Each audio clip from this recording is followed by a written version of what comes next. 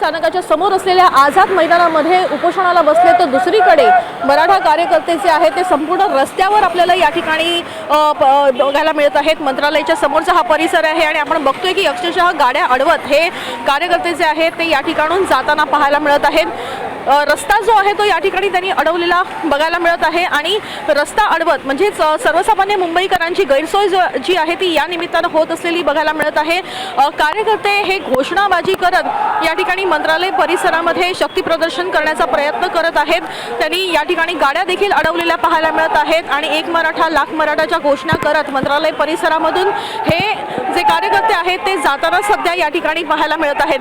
दुसरीकडे जर आपण बघितलं तर पोलीस मोठ्या प्रमाणात जे आहेत ते देखील तैनात असलेले बघायला मिळत आहेत। पोलिसांचा पहारा देखील त्या ठिकाणी बघायला मिळत आहे। दुसऱ्या रस्त्यावरून जे आहे ते पोलीस जाताना बघायला मिळत आहेत। मोठ्या प्रमाणात पोलीस बंदोबस्त हा मंत्रालय परिसरामध्ये तैनात करण्यात आलेला आहे। मात्र तरी देखील या ठिकाणी जे आहे ते हे आंदोलक मंत्रालय परिसरामध्ये घोषणाबाजी देताना बघायला मिळतात। दुसरीकडे हमी पत्र जे मनोज जरांगे पाटील यांनी दिलं होतं त्याच्यामध्ये अर्थात सर्वसामान्य मुंबईकरांना कोणता त्रास होणार नाही असं देखील सांगितलं होतं। मात्र परिस्थिती जी आहे ती काहीशी वेगळी दिसून येते, कारण या ठिकाणी गाड्या ज्या आहेत त्या अडवत भर रस्त्यात हे आंदोलक या ठिकाणी पायी जाताना पाहायला मिळतात।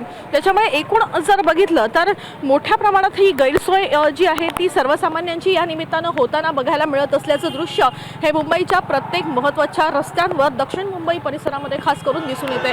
कॅमेरापर्सन नितीन खरातसह वैदेही काणेकर, साम टीव्ही न्यूज, मुंबई।